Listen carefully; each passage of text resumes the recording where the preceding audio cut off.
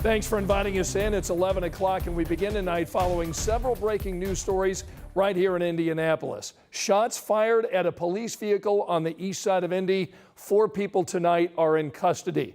A dramatic chase on an Indianapolis interstate ends tonight with a police shooting. We're going to break down how those stories unfolded in a moment. But first, a homicide investigation in the heart of downtown Indianapolis.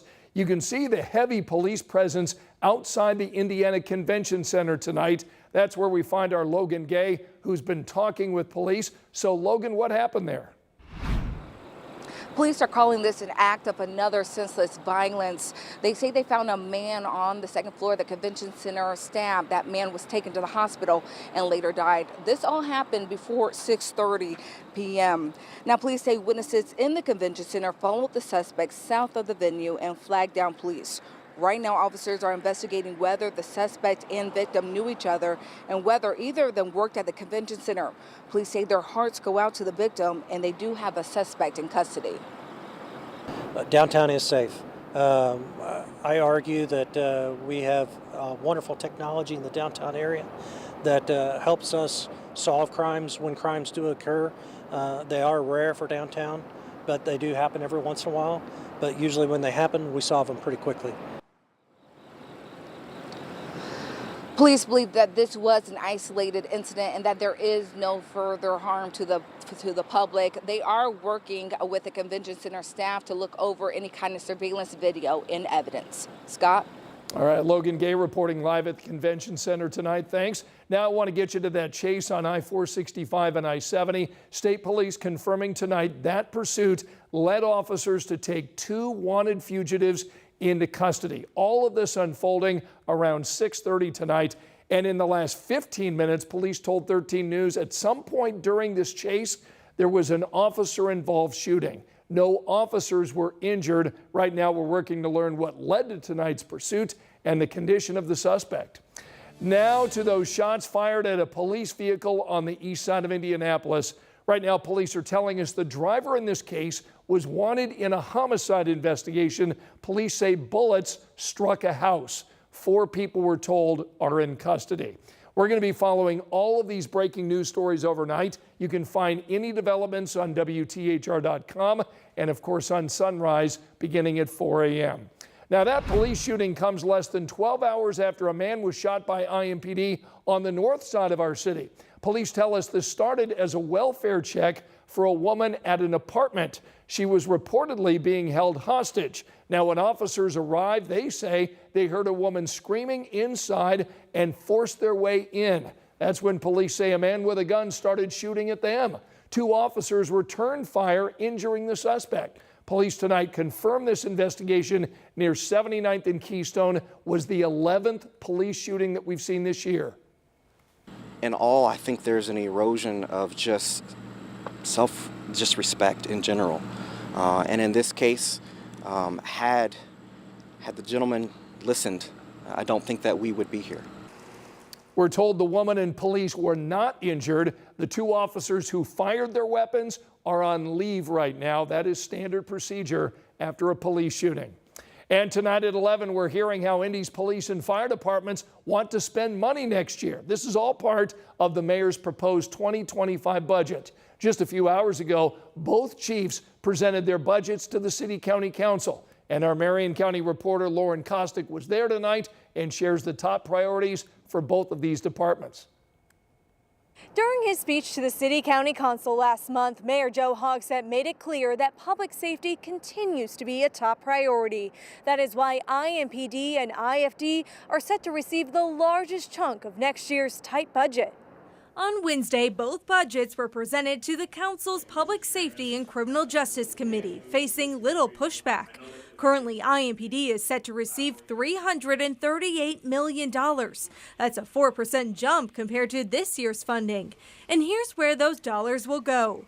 A large chunk will help with recruitment and officer salaries.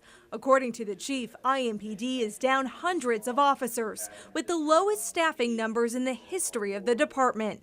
Despite that, the budget will continue to fund more than 1,700 officer positions. I can tell you that even at 1743, it's not enough to do all the things we want to do. but we got to get to that point. I think that other cities, major cities, have taken money from their police department and they're paying that price now. Another big focus is technology.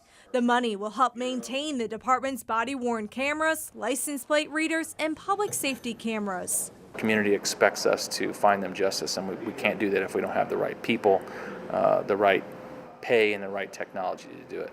As for IFD, they are slated to receive $258 million. That's about $3 million more than this year's budget. The money will go towards equipment upgrades, union contracts, and a new arson unit. As council committees review next year's budget, the city is also negotiating contracts for all union employees. That includes police officers and firefighters. And councilors will be voting on this budget in October with an opportunity for public comment at the end of the month. At the City County Building, Lauren Kostick, 13 News.